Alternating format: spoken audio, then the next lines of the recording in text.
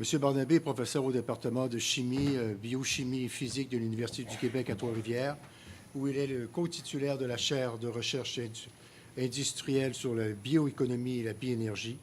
Ses intérêts de recherche incluent la valorisation de la biomasse, la microbiologie industrielle, les biocarburants de deuxième et troisième génération et le bioraffinage à l'échelle communautaire.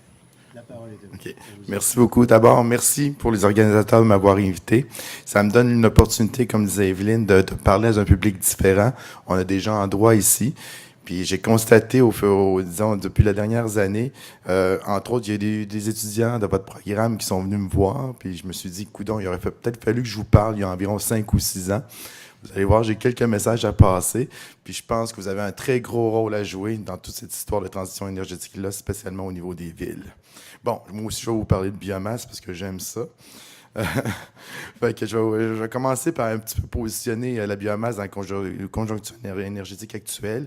Evelyne en a parlé un petit peu. L'avantage de la biomasse par rapport aux autres sources d'énergie renouvelable. Bon, vous savez, il y a du solaire, il y a du bâtiment, de l'éolien, de l'hydraulique, de l'énergie marine, la géothermie, mais il y a la biomasse. Puis comment la biomasse se démarque de tout ça?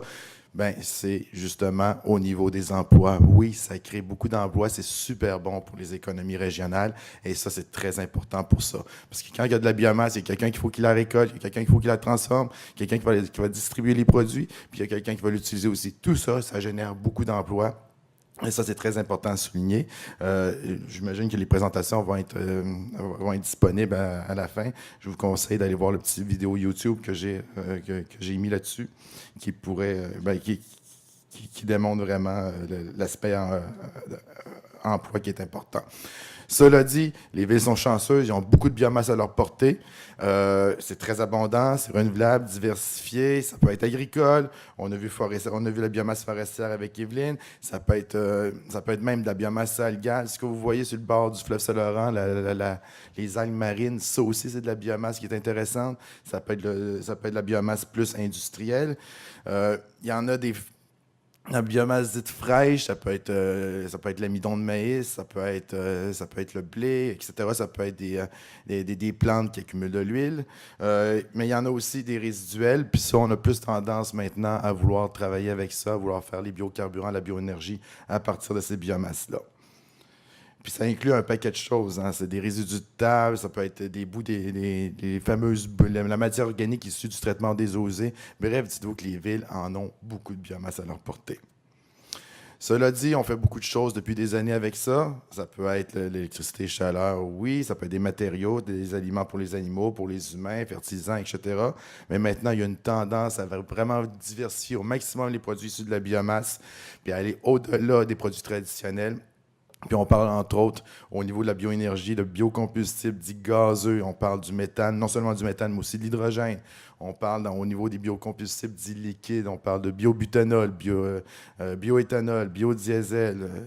Et puis quand on parle de solide, oui, on parle souvent des granules, mais il y a aussi le fameux biochar qui peut servir à des fins énergétiques.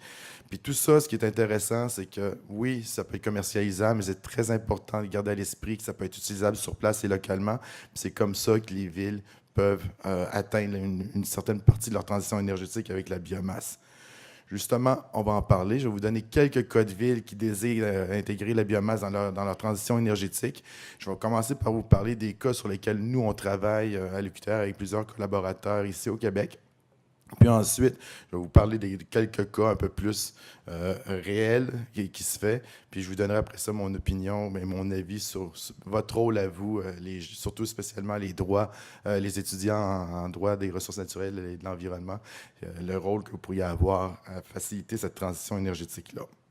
OK, on va commencer par le cas le plus important ici au Québec, je pense. C'est dans la région du Haut-Saint-Maurice, la ville de Latuc, avec son projet Latuc Vision 2023. C'est un projet de bioraffinerie forestière.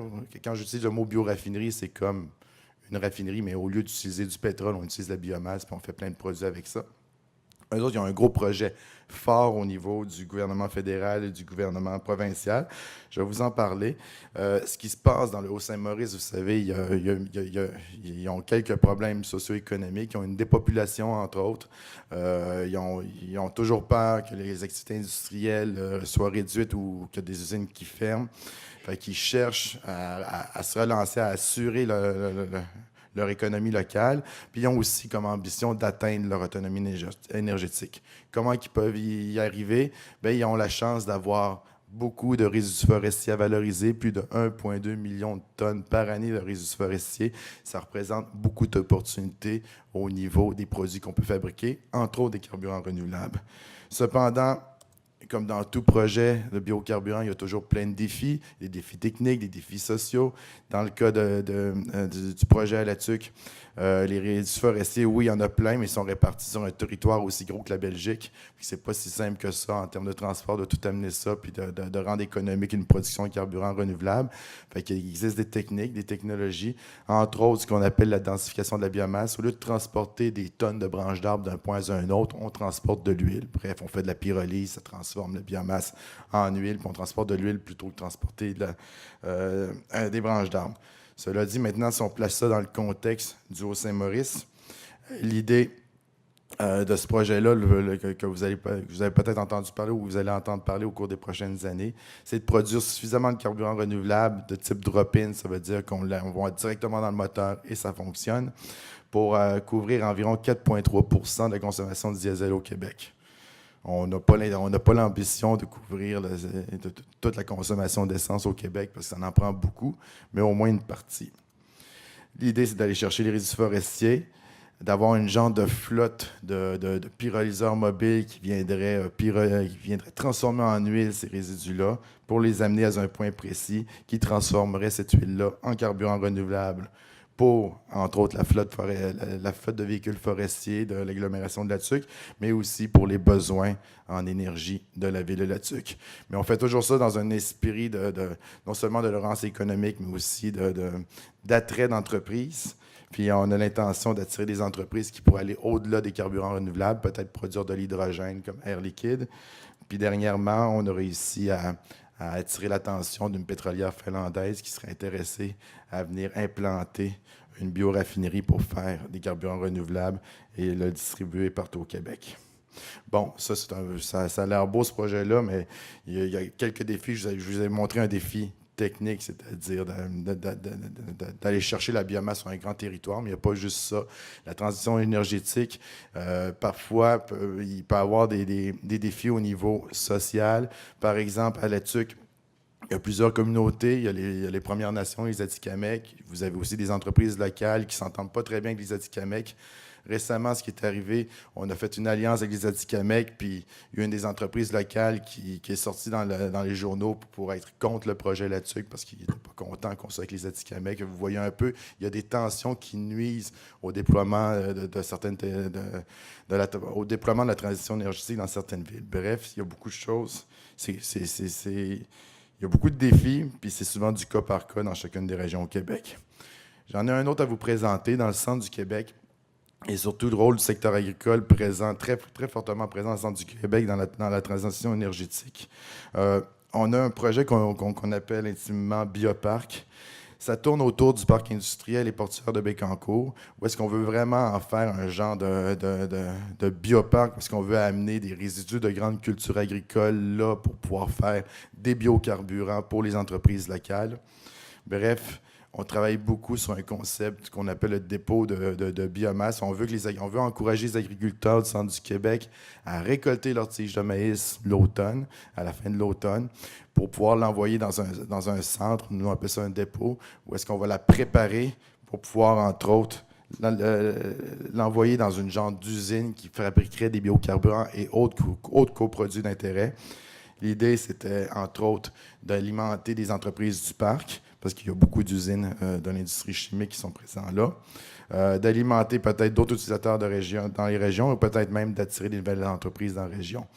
Puis bon, c'est pas toutes des histoires de biocarburants.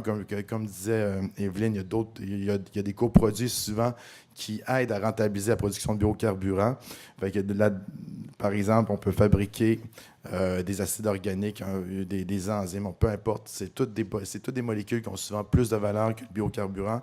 Puis en réussissant à les extraire, à les fabriquer avant de faire des biocarburants, souvent on rentabilise le tout. Donc, vous voyez un peu aussi que tout ça, on fait ça dans des contextes d'économie circulaire. Il y a même des rejets, des effluents, etc., qui peuvent être utilisés pour nous aider à faire des biocarburants, à faire des coproduits. Bref, les biocarburants, ça se positionne très bien dans des contextes d'économie circulaire. C'est assez populaire de ces temps-ci avec les villes. J'ai un autre exemple à vous montrer, la ville de Victoriaville avec ses entreprises locales. Ça fait quelques années qu'on travaille là-dessus. On est dans le parc industriel de Victoriaville, entre autres. On utilise toutes les eaux usées du parc pour produire des micro-organismes, entre autres, pour les valoriser. On utilise les eaux usées agroalimentaires de Canlac, Lactantia qui font les ficellos.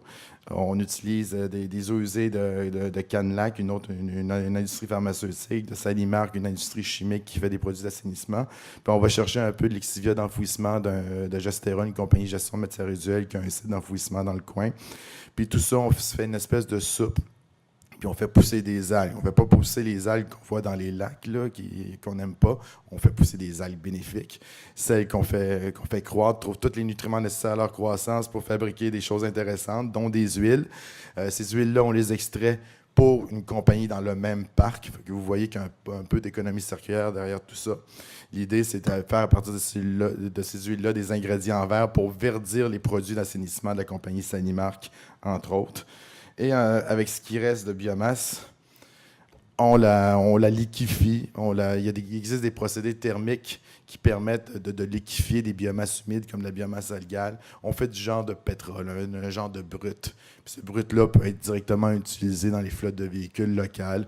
Oui, les flottes de véhicules des entreprises privées comme la compagnie gestion de matières résiduelles, Gestera, mais aussi les flottes de véhicules municipaux comme celle de la ville de Victoriaville. C'est des exemples de projets où est-ce qu'il y a des biocarburants mêlés à tout ça, mais vous voyez qu'il y a aussi toujours des coproduits. Les coproduits, c'est très important pour rentabiliser toute l'opération. J'en ai un autre cas à vous présenter qui peut s'appliquer dans d'autres villes. Ça tourne autour d'un site d'enfouissement. C'est à Berthierville. Ce qui est le fun avec EBI, c'est qu'eux autres, ils ont déjà procédé à la transition énergétique depuis des années. Ils récupèrent le biogaz de leur site d'enfouissement, ils le purifient, puis ils en font du méthane pour leur flotte de véhicules lourds. C'est une bonne compagnie modèle au Québec à ce sujet-là. Puis nous, on s'est envenu avec nos histoires, entre autres de microalgues, encore une fois, en utilisant les résidus sur place du site d'enfouissement pour pouvoir faire, encore une fois, une soupe puis produire des microalgues avec, entre autres, le gaz carbonique puis la chaleur. Les microalgues ont une capacité, entre autres, de séquestrer le CO2, ce qui est toujours bon pour réduire les gaz à effet de serre. Puis sur le site de BI à Berthierville, dans son site d'enfouissement, on a un beau flux de CO2 qu'on peut valoriser. Fait qu'on mélange tout ça ensemble, ça fait plein de nutriments encore pour nos algues. Les algues aiment ça. On extrait des molécules de valeur. Et ensuite, on se retrouve avec une biomasse algale qu'encore une fois, on transforme en biobrut, en biopétrole, soit pour la flotte de véhicules municipaux de Berthierville, ou encore pour faire des coproduits. Dans ce cas-ci, on fractionne le biobrut. Le biobrut, c'est un pétrole. Là. Fait que vous pouvez faire plein de produits à partir de ça. Fait que la fraction dans ce cas-ci, légère, sert à être utilisée comme huile pour les moteurs des flottes de véhicules lourds à Berthierville. Et la fraction lourde sert pour fabriquer, entre autres, des bioadhésifs, des colles qui servent à fabriquer des membranes d'étanchéité, entre autres, pour les sites d'enfouissement de BI à Berthierville. Fait que vous voyez un peu encore beaucoup d'économie circulaire derrière tout ça et le rôle des biocarburants dans tout ça. Bon, cela dit, les 4 cas que je vous ai présentés, c'est encore des cas à l'étude, c'est tout beau. Il existe quand même des cas appliqués réels au Québec. Evelyne en a un peu parlé avec les histoires de production de chaleur, mais c'est surtout au niveau des petites municipalités telles que Sainte-Thérèse, en tout cas, c'est des petites municipalités. Ville de Québec a cette ambition-là aussi. Il y avait l'ambition d'exporter les granules. Maintenant, ils ont l'ambition de peut-être les utiliser. Je vous invite à aller voir le site, entre autres Internet de Vision Biomasse Québec, qui fait beaucoup la promotion de la production de chaleur pour la bioénergie. Il y a d'autres projets qui se sont concrétisés au fil des dernières années. C'est spécialement au niveau de l'utilisation du biogaz, de la biométhanisation. Biométhanisation, c'est la gestion de matières organiques pour faire, entre autres, des biogaz. Puis, le gouvernement du Québec, pour votre information, ils ont imposé, pas ils ont imposé, mais ils vont bannir l'enfouissement des matières organiques en 2022. Fait que les municipalités sont forcées de faire quelque chose avec leurs résidus organiques. Puis, ils ont monté un programme qui s'appelle le Programme de traitement des matières organiques par biométhanisation et compostage du ministère de l'Environnement. Puis ce programme-là a été appliqué par certaines villes comme Saint-Hyacinthe, Rivière-du-Loup, puis Varennes pour faire du biométhane, pour faire du biogaz. Ça va assez bien. Il y a encore des défis reliés à tout ça. On pourra s'en reparler. Mais c'est des projets où est-ce qu'il y a du biogaz qui est utilisé pour faire de la chaleur ou de l'électricité. Puis il y a d'autres projets ailleurs au Québec qui sont en démarrage. Bon, ça, dans ces cas réels-là au Québec, ça concerne beaucoup les biocombustibles solides pour la chaleur. Ça concerne beaucoup les biocombustibles gazeux pour faire de l'électricité et de la chaleur aussi. Mais il y a très peu de cas de biocarburants ou biocombustibles dits liquides. C'est souvent produit par des entreprises privées pour leur propre flotte. Oui, il y a quelques biodiesels qui peuvent être utilisés dans certains autobus, dans certaines municipalités, mais ce n'est pas assez, malheureusement. Bon, pourquoi? Il y a des différentes raisons. Puis je pense qu'ici, moi, je m'adresse particulièrement aux étudiants, là. Je pense que le droit des ressources naturelles et l'énergie peut vraiment aider les villes dans la transition énergétique et l'utilisation des biocarburants. Comment? Je pourrais vous en dire plein d'affaires. Là, j'ai juste ciblé 2 choses.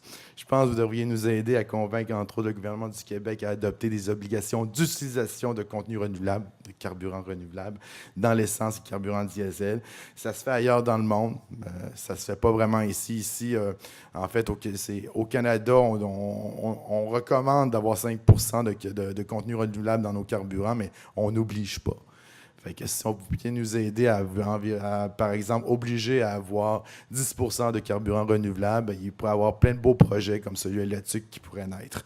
Entre autres, une des conditions de la compagnie Nestéol de venir s'installer à Latuc, c'est si le gouvernement du Québec oblige une production de biocarburants, une utilisation de biocarburants dans les essences d'environ 10 bien, ils vont venir. Aussi, vous pouvez nous aider à peut-être rentrer dans le ministère de l'Environnement pour nous aider à alléger certaines réglementations. C'est pas si simple que ça. On arrive avec des technologies propres, des technologies vertes, on veut les implanter, puis c'est très difficile. Ça va prendre 1 an, 2 ans, 3 ans ou même. Ils peuvent même pas s'implanter. Fait que si vous pouvez venir nous aider pour alléger tout ça, ça serait très bien. Fait que voilà, donc déjà, je vous remercie à l'avance pour les étudiants ici de soutenir les villes et les entreprises locales dans l'implantation de technologies pour la transition énergétique, spécialement en ce qui concerne la biomasse. Je vais terminer en faisant un peu de promotion sur 2 événements qu'on va organiser en lien avec les énergies renouvelables, la transition énergétique. On en organise à chaque année. Puis des fois, j'invite des gens de l'Université Laval comme conférenciers invités. Fait que là, je pense que je vais t'inviter, toi, Christophe, à venir en parler un peu, parce qu'on n'en parle quasiment pas de droit de l'environnement, de ressources naturelles dans ces écoles-là.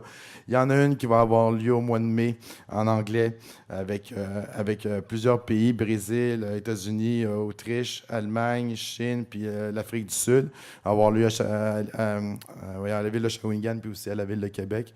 Fait que vous êtes invités à vous joindre. Puis il y en a une autre plus francophone. On l'a fait cette année en Suisse. C'était super intéressant, cette session. C'est vraiment, on donne vraiment un aspect plus régional à ces écoles-là. Puis la prochaine école internationale sur les énergies renouvelables va avoir lieu à Chamonix, en France. Fait que si vous êtes intéressé à participer, vous m'en parlez. Fait que je vous remercie. C'est beau.